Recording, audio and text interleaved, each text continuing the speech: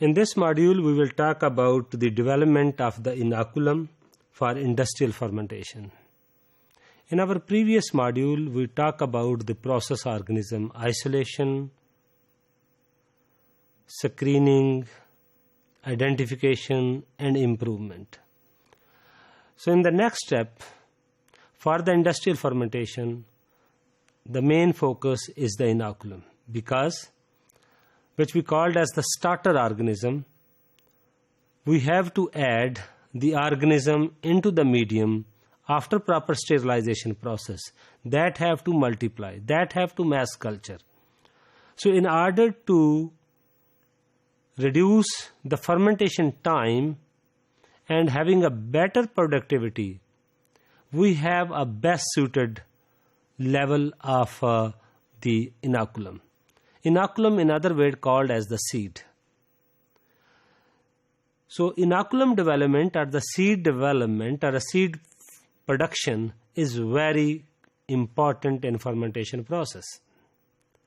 So when we say the inoculum development, it means in some cases when we deal with the fermentation, that only to reduce the lag phase. Depend upon the fermentation process and the product in which phase that is produced, either that produced in a log phase or in a stationary phase or in a decline phase, then the inoculum importance is very critical. So just to minimize the stage, lag stage or a log stage, then we have to be properly develop the inoculum. So it is very essential that the culture used to inoculate a fermentation that should satisfy the following criteria. First of all, it must be in a healthy and active state, thus minimizing the length of the lag phase. As I have already told you, that just to minimize the lag phase in subsequent fermentation. So the inoculum should be healthy and very active. And the second one, it must be available in sufficient large volume to provide an inoculum of optimum size. If we take the example from the normal life, if we have only a one seed and we are going to cultivate a 1 acre land, so it means what is the role of one seed in a 1 acre? So before to cultivate a 1 acre land, we have a proper size of the seed. So the second point is directly related to that object. So we have a sufficient and large amount of the volume that according to the capacity and the volume of the fermenter.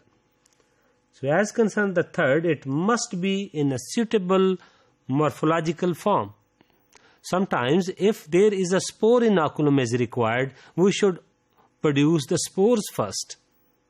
And then if we need the vegetative form of the morphology, and then we have to develop the morphological form and that stage of the vegetative cells when that is suitable. So as concerned the third criteria, that the morphological form is very critical. Next criteria, it must be free from contamination. We focus this point while talking about the sterilization process. So if there will be a contamination in the inoculum, then the whole process of the fermentation will be disturbed. We cannot hope a better and quality products.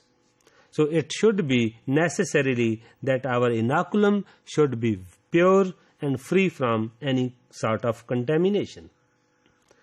As concerned the fifth criteria, it must retain its product forming capabilities. Sometimes when we use the process organisms from the preserved stock or a storage stock, sometimes they lose their production ability. So we have to develop, we have to reculture, reinstate of that organism in order to have that capacity of the product formation. So these are the 5-point criteria which an inoculum has to meet. Then we can hope for a better production. As concerned the quantity of the inoculum normally used is between 3 to 10% of the medium volume. As concerned the percent, here there should be very clear, that should be volume over volume or weight over volume. Sometimes it will be a wet mass, either sometimes it will be calculated as a dry mass. So a relatively large inoculum volume is used to minimize the length of the log phase and to generate the maximum biomass in the production fermenter in a short time as possible, thus increasing the vessel productivity. So thus, starting from a stock culture, the inoculum must be built up in a number of stages to produce the sufficient biomass to inoculate the production stage fermenter. So this may involve the 2 or 3 stages in shake flask, 1 to 3 stages in a fermenter, depending on the size of the ultimate vessel. So we have to multiply 1:10 and 10:100 and 100 10,000. So multiplication of the 10, we have to develop the inoculum. So throughout this procedure, there is a risk of contamination and the stain degeneration. So the necessitating the stringent quality control procedures is required in inoculum development. So the greater the number of the stage between the master culture and the production fermenter, the greater the risk of contamination, so and the stain degeneration. Therefore, a compromise may be reached regarding the size of the inoculum. Sometimes we use less inoculum size just to avoid the risk of contamination and stain degeneration. Another factor to be considered in the determination of the inoculum volume is the economics of the process. If we have a multi-step, then there will be a more cost is involved. So a seed fermenter, 10% of the size of the production of the fermenter, represent the considerable financial investment and must be justified in terms of productivity.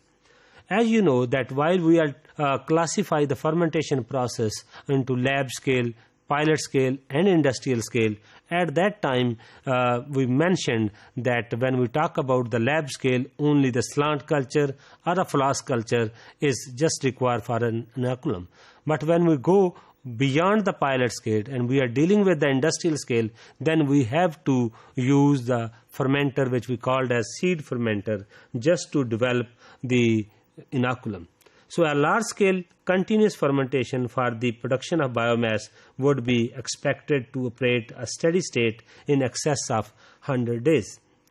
So thus, the number of times that the fermenter inoculated should be very few compared with the batch or a fed-bar system.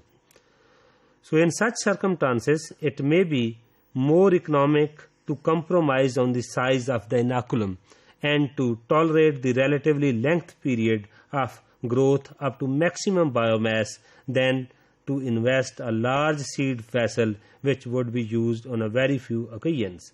So this is very particularly relevant for the biomass continuous process, where one very large fermenter may be used, or thus any seed vessels would only be serving the one production vessel.